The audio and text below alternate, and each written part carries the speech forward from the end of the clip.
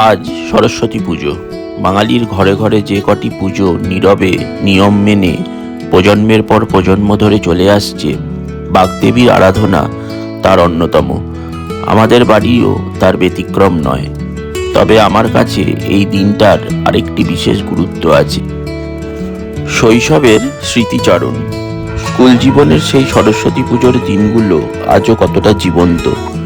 পুজোর আগের দিন ভাইয়েরা সবাই মিলে কুমোরপাড়ায় ঠাকুর কিনতে যাওয়া, নিজেরাই বাজার করা, পুজোর সকালে ঠান্ডা জলে স্নান, সাইকেল নিয়ে এক স্কুল থেকে আরেক স্কুলে ঘুরে ঘুরে প্রতিমা দেখা, সন্ধ্যাবেলা নিজের স্কুলে বসে খিচুড়ি খাওয়া, সব কিছু যেন আজও ঠিক আগের মতোই রয়ে গেছে স্মৃতির পাতায়।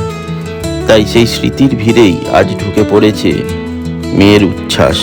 আগের দিন থেকেই ঘর সাজানো, আলপনা দেওয়া, ঠাকুর কেনা, নানা রকম আর্ট আর ক্রাফট। সময় বদলেছে ঠিকই, কিন্তু রীতিটা বদলায়নি। স্মৃতিগুলোকে সঙ্গে নিয়ে এগিয়ে চলা আর তার পাশাপাশি নতুন স্মৃতি তৈরি করা, এই তো জীবন। আজও তাই একই প্রার্থনা, ঠাকুর বিদ্যে দাও, বুদ্ধি দাও। জয় মা সরস্বতী।